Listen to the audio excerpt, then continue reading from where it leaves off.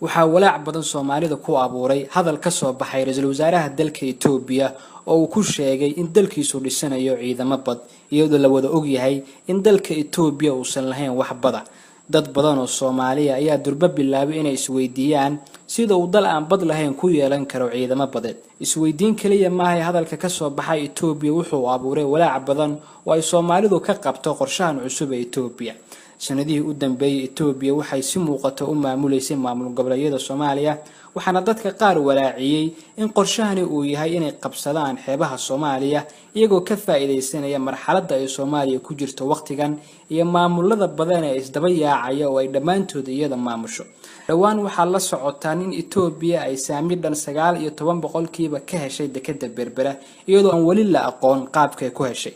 waxay sidoo kale dadka isweydiiyeen marka laga soo tago Soomaaliya afarta dal ee kale ee Itoobiya xuduudaha la leh ee xeebaha leh dhamaantood waa dalal leh dawlado dhisan oo awood leh waana Kenya, Suudaan, Eritrea iyo Djibouti. sidaa darteed Itoobiya dalalkaasi kuma gardaroon karto laakiin dalka kaliya ee baylaha u muuqda waa Soomaaliya. dhib kale ka daran baa jirta oo taa ka dhumuc weyn nimankii hawaash naga dhacay iyo deenta labi hawle dhoobada awaariye ragii faafal naga dheelmay dhagax buur ilaa dhoobo madow tan iyo dheekaasoo ceelkii dhanaane iyo ragii deenta naga xoogay dhoobada awaare iyo ragii faafal naga dheelmay dhagax buur ilaa dhiito iyo waraha dhaadheer bal lafta dhaqeeya boor iyo afdheer iyo wala dhinaciisa kaymaha dhamaajada leh iyo dheega xamaraadba isku dhoon dharka imaale iyo dhoolihii adare dhambal iyo ilaa dir dhabood yaab u dhimanayso dhulka iyaga ragii naga dhacay dhaqasho noo diiday maantana waxay dhaan fureen kobaan la dhaadayne sahankoodu u dheeriyihiya baaqa loo dhigay dhigmanimaan lahayn bay la tahay dheelaliya beene dhiganaha duruusta iyo haddaad dhugato taariikhda Falastiin sidii loo dhacaan dhalan wadaagnaaye aniguna odhaahdaan dhigaa dhaxalgal weeyaan dhagxumadu intay ka fogtaa la iska dhowraayo haddaan hanada wada dhiiran iyo geesiyo u dhaaran hadaynaanu dhiman diinta iyo dhaadashada ciidda dhuuxiyo hadaynaanu shubin dhiigga iyo heenka maba dheera goortay dalkaba inaga dheelmaane dhaqsadoo ka kaca lama fadhiyo dholondhol ceebeed. waxaan rabaa ugu dambeyntii inaan u sheego dadka hadda soo baraarugay ee hurdada ka toosay walaaca weynna ka qaba qorshahan cusub ee Itoobiya ciidamo bad ku dhisanayso in aad soo toosteen filimkii soo socday 30 sano u dambeysay oo dhamaad ku dhow. Soomaaliya inay noqoto cad hilib ah oo meel banaan yaala maaha wax shalay iyo maanta socday waa qorshe soo socday sanado badan oo heerar kala duwan soo maray.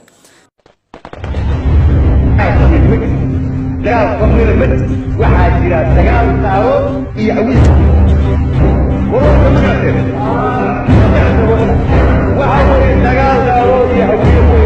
hadda filimku wuxuu u muuqdaa mid dhamaad ah waana waqtigii Soomaalida loo muujin lahaa qorshihii soo socday nus qarniga. Itoobiya ayaa weligeed aaminsaneed in dhulka Soomaalidu iyadu leedahay waxaana taariikhda caruurta loogu dhigaa in ilaa magaalada Balcad oo 36 kiiloomitir dhanka waqooyiga magaalada Muqdisho kaga aadan ay tahay xuduudda Itoobiya. Itoobiya waxa uu soo carfaysa guushii waxay aaminsan yihiin inaysan waqti badan uga harin himladii dheereed oo ay lahaayeen oo ay naf maal iyo maskaxba u hureen. in qorshihii Itoobiya uu yahay mid dhamaad ku dhow waxa muujinaya waxyaabo badan oo dhacay oo aynu marqaati ka nahay. waxaa kamid ah tirada qunsuliyadaha oo ay magaalooyinka Soomaalidu ka sameysteen. Itoobiya waxay xarumo safaarada ay ku sheegeen ka dhisteen Baydhabo, Garowe, Kismaayo, Hargeyso iyo maamulada kale oo ay xarumo ku meel gaar ah ku leeyihiin. waxaana ugu dambeysay qunsuliyad ay ka fureen magaalada Burco waxa ayna mas'uul uga dhigeen nin reer Burco ah oo ay dadku ku ogaayeen inuu ahaa nin Burco ku nool oo Soomaaliya. Ilaahay waxaan ka baryaynaa marka hore in xilkana Allah noo fududeeyo arrintan iyada ana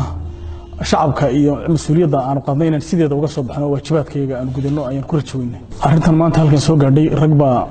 u soo dhabar adeegay oo maanta inay midho dhasho intaaba processka ku soo jiray oo waqtigooda iyo maalkooda iyo nafahooda iyo taymkooda siiyay aad iyo aad baan uga mahadcelinaynaa. waxa aan markaa insha Allah aan ku wada shaqayn doonaa qorshaha sharciga ah ee u degsanay inaga inoo dhaxeeya insha Allah anaguna waxa aan isku dayi doonaa inaan jahliyada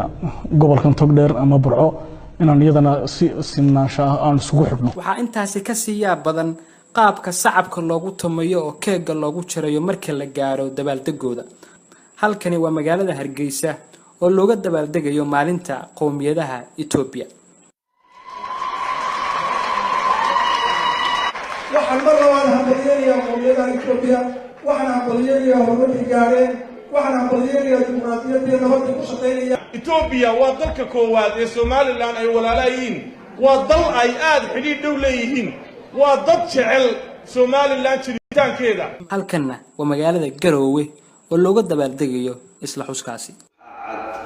horumarkii iyo maamul wanaagii uu kaga tagay dalka Mala Zenawi inaan wax iska bedelin بتذكر أيام من كريكيز أشوف كبر الله مستر Mala Zenawi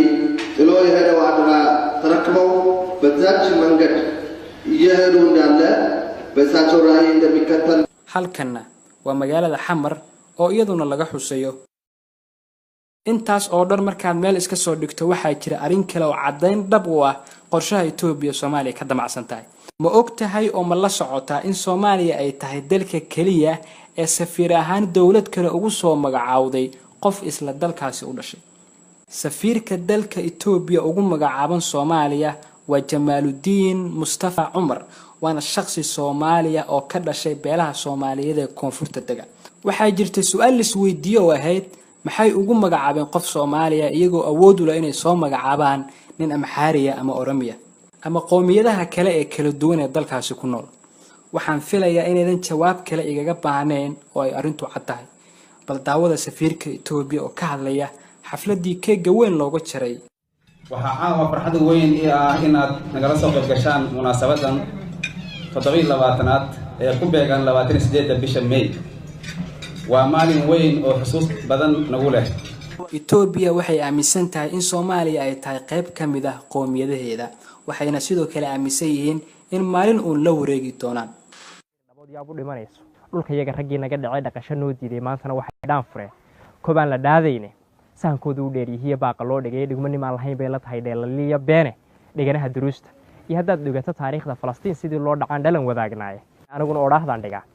dhaxalgal weeyaan dhagxumadu intay ka fogtaa la iska dhowraayo haddaan hanada wada dhiiran iyo geesiyo u dhaaran hadaynaanu dhiman diinta iyo dhaadashada ciidda dhuuxiyo hadaynaanu shubin dhiigga iyo heenka maba dheera goortay dalkaba inaga dheelmaanay dhaqsadoo ka kaca lama fadhiyo dhalondhal ceebeed haddaba ummadda Soomaaliyeed gaar ahaan dhalinyarada waxa ay nasaan waajib waa inaan kacdoon cusub dalka ka bilownaa waa inaan maryaha calaamadaha ee kala duwan iska tuurnaa oo aynu mid ku midownaa waa inaan meesha ka tuurnaa 10 madaxweyne ee dhexdeena xuduudda kala dhigay waa inaan dalkeena difaacnaa haddaynu intaasi sameyn weyno meel ku qorta ubadkeenu waxay ku noolaan doonaan gumaysi ka daran tan lagu hayo Soomaali galbeed dhulkeenuna wuxuu noqon doonaa kilin ka tirsan Itoobiya fadlan muuqaalkani la wadaaga asxaabtaada waa saaxiibkeen Cabdishaaq Gubisjeedo ilaa kaca oo dalkeena difaaca nabadgelyo